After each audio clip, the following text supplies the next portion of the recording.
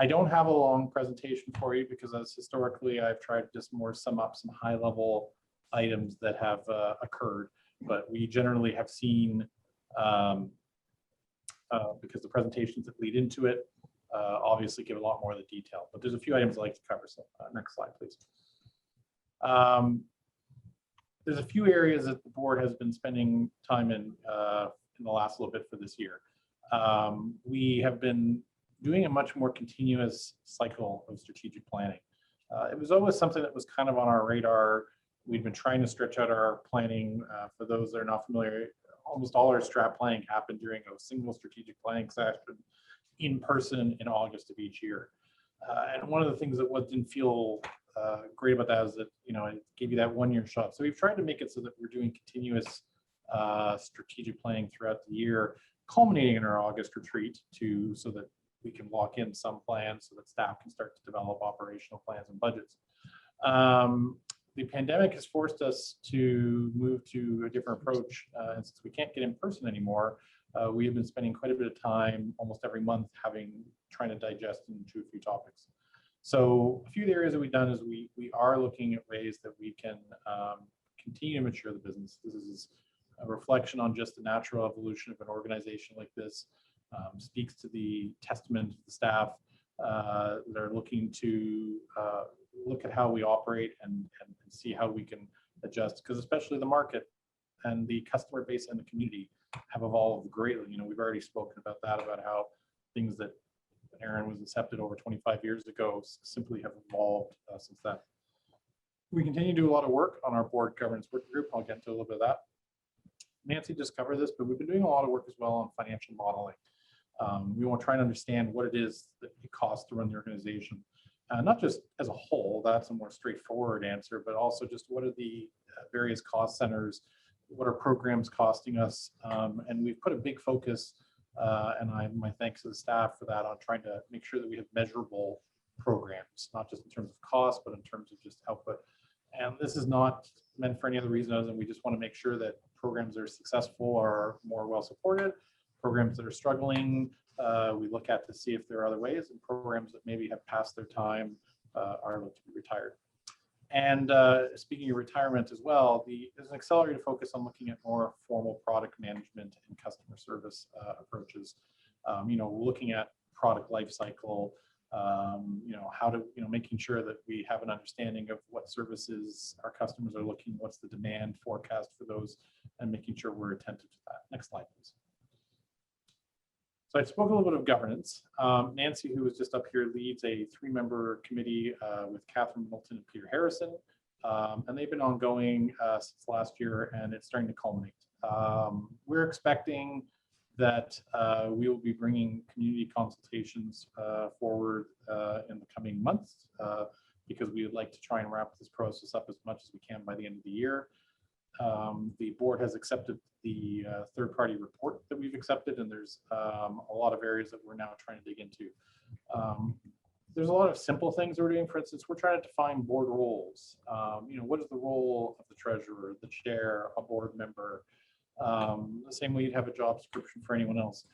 And it might sound a bit thing, but it's important because we want to make sure that there's alignment on what it is the board should be doing, and where the responsibilities and accountabilities lie for that. We're looking at structure again. You know, what is the right size of the board, and tenure, which goes to how long should individual terms be, both in terms of just an elected term and how many terms are appropriate, and also just what skill sets we need around the table, because we have certainly benefited in the past few years from now getting a much more diverse set of voices around. So please look forward to an ARIN consult and near you to start seeing some feedback on that. Next slide, please. I spoke a lot about shift to product focus, and while this is a strategic direction, obviously my kudos to the staff, to John, Richard, and John Sweeting, and all their teams that have been putting a lot of work into this. There's been added staff added to effectively act as a product manager. We're looking for ways to continue to improve ARIN services, trying to put a more formal methodology both on how products are developed, how they're measured and success, and, you know, going back to the financial modeling, how much do they cost, so that we can make sure that fees are set to equitably recover. Part of one of the first initial, and I think the board is very excited as the staff, is this Premier Support Plan that launched. And I think as we saw on the first day, there seems to be quite an appetite. I noticed there was a lot of people wondering how quickly we'd extend it, but I think that's just the first of many of those to come. And again, the usuals that you see: better training, better cross training, looking at all operation processes to try and figure out where we can target to improve. Next slide, please. Which of course brings to fees. We have started a fee consultation. Staff put in an enormous amount of time. Brian's team, and I know John Sween's team, did a lot to try and understand our financial modeling, and we're getting data at depths we've never seen before, and it's made the board's life a lot easier. And there was countless hours spent discussing. And what we have come up with is the consultation in front of you. We highly encourage you to please give us feedback on that. We either are open to taking it here at this open microphone. It's also, we've already had some feedback, next slide please, on the list.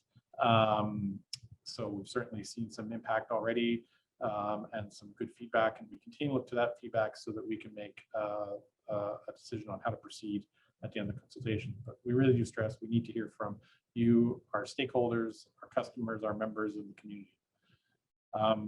And that's really all I have to say on fees, other than we look forward to the feedback, which leaves me with one last thing I need to do. Next slide. I'd like to thank Chris Wheatfield, who left the AC last year. He's taken some time off, but he served for a term, and I look forward to seeing his continued participation in the community. I believe he's even here today. But on behalf of the board, I'd like to thank him for his service to the AC. Next slide. And I'd really like to take a moment to thank one of my previous fellow colleagues, Dan Alexander, who many of us have known. He's been, it only shows 2014, sorry, since 2006, but he's been in the community as long as I can remember. He was an invaluable member of the board. You know, and I don't mean this I mean this completely as a compliment. He was Mr. Technical Debt. This community owes Dan a huge debt for his stress on technical debt.